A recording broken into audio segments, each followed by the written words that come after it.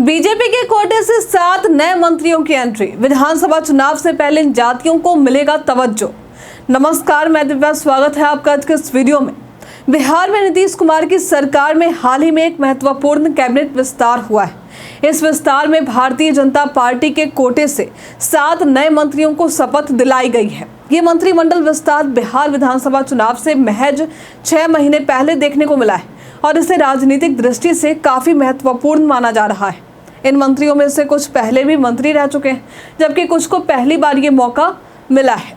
इस कैबिनेट विस्तार में एक दिलचस्प पहलू ये है कि सभी मंत्री बीजेपी के कोटे से ही चुने गए हैं, जो राज्य की राजनीति में खासा चर्चा का विषय बना हुआ है।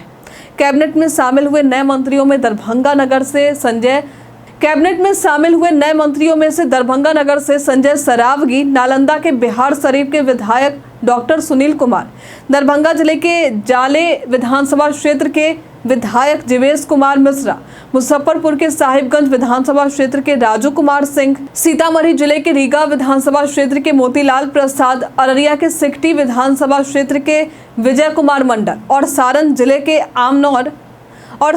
के अमनौर विधानसभा क्षेत्र के विधायक कृष्ण कुमार मंटू शामिल हैं।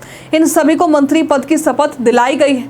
इन 7 मंत्रियों में से 2 मंत्री पहले भी राज्य सरकार में विभिन्न पदों पर रह चुके हैं। जीवेश कुमार मिश्रा को एक बार फिर मंत्री पद दिया गया है। हालांकि उनका राजनीतिक सफर काफी दिलचस्प रहा है। वे पहली बार 2020 में नीतीश सरकार में श्रम संसाधन मंत्री बने थे, लेकिन अगस्त 2022 में जब नीतीश कुमार ने महागठबंधन में शामिल होने का निर्णय लिया तो वे मंत्री पद से हट गए थे। अब नीतीश कुमार के एनडीए से जुड़ने के बाद उन्हें एक बार फिर से मंत्री बनने का मौका मिला है।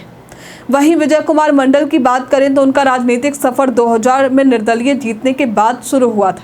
उस समय लालू प्रसाद यादव ने उन्हें राज्य मंत्री बनाया था। बाद में जब नीतीश कुमार की सरकार बनी तो उन्हें मंत्री बनने का मौका नहीं मिला, लेकिन अब एक बार फिर उन्हें मंत्री पद सौंपा गया है। बाकी के 5 मंत्री पहली बार इस पद पर आसीन हुए हैं। इनमें संजय सरावगी का नाम प्रमुख है। वे 1995 से बीजेपी के साथ जुड़े हुए हैं और दरभंगा नगर विधानसभा क्षेत्र से लगातार विधायक बने। अब उन्हें पार्टी ने मंत्री बनने का अवसर दिया है।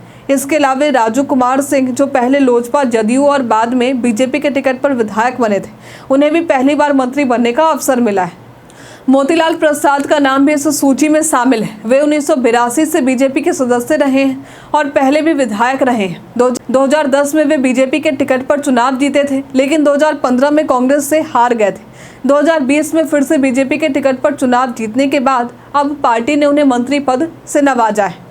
कृष्ण कुमार मंटू का नाम भी इस सूची में शामिल है। वे कुर्मी जाति से आते हैं और उनके लिए ये मंत्री बनने का अवसर ऐतिहासिक है। मंटू ने पहले 2010 में जदयू के टिकट पर चुनाव जीता था, लेकिन 2015 में उन्हें बीजेपी ने हरा दिया था। अब वे बीजेपी से जुड़कर फिर से चुनाव जीते और मंत्री पद के हकदार बने। अंत में डॉक्टर सुनील कुमार का नाम आता है, जो नालंदा जिले के बिहार शरीफ विधानसभा क्षेत्र से विधायक हैं और कुशवाहा जाति से आते हैं। वे पहले भी जदयू के टिकट पर चुनाव जीत चुके थे, लेकिन 2013 में जब जदयू एनडीए से अलग हुआ तो वे बीजेपी में शामिल हो गए। 2015 से लगातार बीजेपी के टिकट पर चुनाव जीतने के बाद अब उन्हें भी मंत्री पद सौंपा गया है। इस विस्तार में जातीय समीकरण का भी खास ध्यान रखा गया है और यह स्पष्ट रूप से दिखाता है कि पार्टी ने विभिन्न जातियों, समूहों और क्षेत्रों को प्रतिनिधित्व देने की कोशिश की। बिहार में भी अक्सर जाति आधारित राजनीति देखने को मिलती है। इन सभी बदलावों के बीच ये देखना दिलचस्प होगा कि ये नए मंत्री किस तरह से राज्य की राजनीति में अपनी भूमिका निभाते हैं। तो आज के लिए फिलहाल इतना ही। नीतीश कुमार के इस मंत्रिमंडल विस्तार पर आप क्या कहेंगे, हमें कॉमेंट में लिखकर जरूर बताइए। हमारे साथ बने रहने के लिए आपका धन्यवाद।